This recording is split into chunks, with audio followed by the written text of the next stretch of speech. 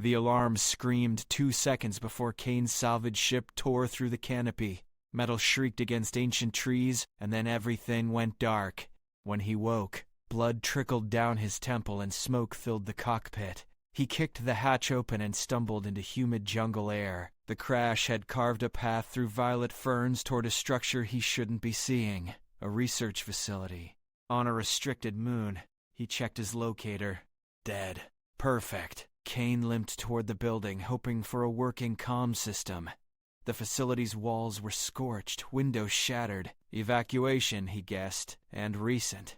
He stepped through a blown doorway into a corridor lined with empty cages, each one labeled with codes he didn't recognize. At the end of the hall, something moved. He froze. A child sat among the rubble, small and pale, with scales that shimmered like oil on water. Wings, torn and bloodied, hung from her back. She looked up at him with golden eyes too old for her face. "Human," she whispered in broken English, her voice hoarse. "Can you pretend to be my father today?" Kane stared. The child was alien, clearly some kind of reptilian species, but her expression was painfully human, lost, terrified, alone. "What happened here?" he asked, kneeling slowly. "They left," she said. "The war came. They took everyone. Not me. I am broken." She touched her chest. "Failed experiment. Too much heart," they said. Not enough killer. Kane's jaw tightened. He'd seen a lot in 15 years of salvage work, but this was new. "What's your name?" "Zira. I'm Kane." He studied her wounds, the way she trembled. "Why do you want me to pretend?" "'Cause I never had one," Zira said simply. "And today I am scared." Something in Kane's chest cracked. He thought of his own daughter, lost years ago to a colony plague. He'd never stopped being a father. The role just had nowhere to go. "All right," he said quietly, "just for today." Her eyes brightened, just a little. Kane helped Zira stand, and she led him deeper into the facility. The labs were a mess of shattered glass and scattered data tablets. He searched for medical supplies while she sat on a counter, watching him with careful attention. He found antiseptic and synth skin, began cleaning her wounds. She flinched, but didn't pull away. "They made me here," Zira said as he worked. "Made lots of us. Dragons for war. Fast, strong, smart, obedient." She paused. "I was not obedient. I cried when they hurt the others." Kane's hands stilled. "So they threw you away?" "Yes." He resumed bandaging, anger simmering beneath his calm.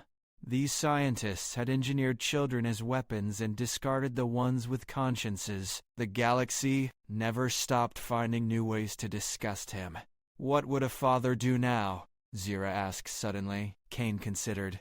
"He'd make sure you're safe, find you food, keep you warm." "Will you do those things?" "Yeah," Kane said. "I will." He found ration packs in a storage room, and they ate together in the ruined cafeteria. Zira asked him questions between bites. What was Earth like? Did he have a family? Why did he look sad sometimes? Kane answered honestly, surprised by how easily the words came. She listened like every syllable mattered. Then the lights flickered, emergency power kicking in. Kane stood, instincts flaring. Through the broken windows, he saw them. 3 ships descending through the clouds, sleek and dark. Enemy corvettes. Scavengers most likely, here to strip the facility before authorities arrived. "Zira," Kane said carefully, "those ships, are they friendly?" She looked and her scales went pale. "No. They hunt for things to take." The scientists feared them. Kane's mind raced. His ship was trashed. No weapons. No backup. He turned to Zira. "Is there anything here that can help us? Defenses? Weapons?" Zira hesitated, then nodded. "There is a system. Old war machine, but only I can start it. My DNA is the key. Then we start it. I am afraid," she whispered. "It is in the deep place, where they hurt me." Kane knelt before her, meeting her eyes. "I know you're scared, but a father doesn't let his kid face fear alone. I'll be right beside you. Every step." Zira searched his face, then took his hand. Her grip was surprisingly strong. They descended into the facility's lower levels, where the air grew cold and the walls hummed with dormant power. Zira led him to a massive sealed door marked with warnings in 6 languages. She placed her small hand on the scanner. The door hissed open, revealing a chamber filled with weapon systems and tactical displays. At the center stood a crystalline pillar. "I touched that," Zira said, "and it wakes up. But it also tells everyone where we are." "They're already coming," Kane said. "At least this way we have teeth." Zira approached the pillar, trembling. Kane stayed close. She pressed her palm to the crystal, and light exploded through the room. The displays blazed to life, showing the approaching ships. Automated turrets rose from the facility's roof. Zira gasped and stumbled back. Kane caught her. "You did good," he said. "Really good." But the ships had changed course. Now they were coming straight for the facility, fast and aggressive. The defense system fired, clipping one corvette, but the others landed hard in the clearing. Kane could see soldiers pouring out, armed and armored. "We need to move," Kane said. "Back to my ship. It's damaged, but maybe I can patch it enough to fly." They ran. Behind them, explosions echoed as the soldiers breached the facility's outer walls. Kane pulled Zira through corridors, his mind working frantically. His ship was 300 meters through the jungle. They'd never make it unseen. The soldiers were fast. Kane heard their boots, their shouted commands in a language he didn't know. He pulled Zira into a side room, pressed her into the shadows. Through the doorway, he watched a squad pass. They were hunting, methodically clearing rooms. "Stay here," Kane whispered. "No," Zira said. "You stay. I will."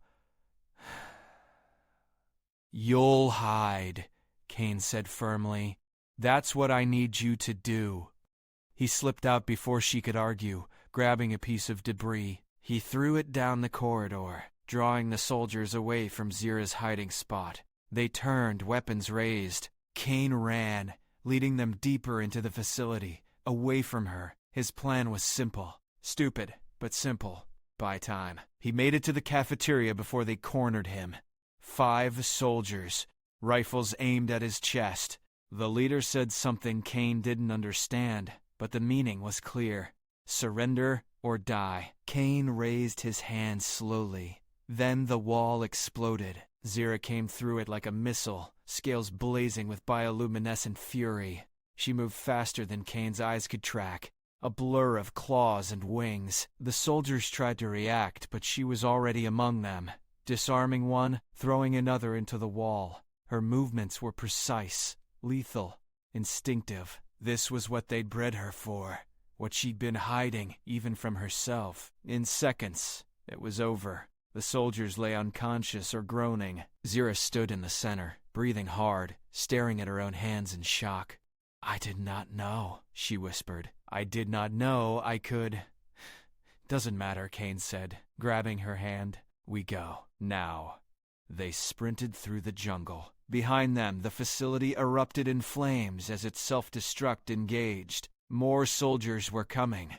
Kane could hear them. His ship appeared through the trees, crumpled but intact. He threw open the hatch, shoved Zira inside, and dove for the controls. "Come on," he muttered, rerouting power, bypassing damaged systems. The engines whined, coughed, then roared.